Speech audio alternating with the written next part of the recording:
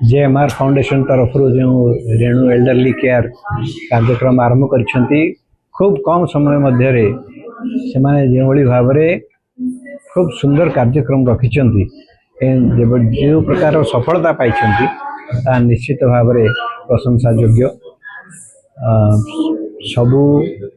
Elderly लोक वयस्क लोक से गोटे मुख्य समस्या थाए जत्न किए नब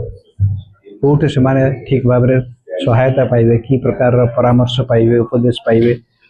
से गोटे खूब बड़ समस्या होकर रहे से पाखे कहीं न था जत्न नापी से पाखे अर्थ थी पारे कि पाखे कौन लोक ना तेणु यही जो विभिन्न प्रकार समस्या समाधान करने रेणु एल्डरली केयर तरफ गत एक वर्ष धरिक निरंतर प्रयास से कर विभिन्न व्यक्ति आसिक जो अभिज्ञता ये वर्णना कले से स्पष्ट प्रमाणित होची जे रेणु एल्डरली केयर से गोटे वरदान सदृश ठिया एवं आगामी दिन मानकर जो कार्यक्रम अच्छी जे वयस्क वयस्क लोक मानकर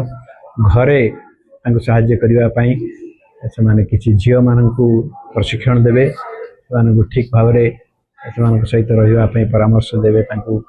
बनइबे तैयारी करेंगे खूब महत् कार्य बोली मु कहबी।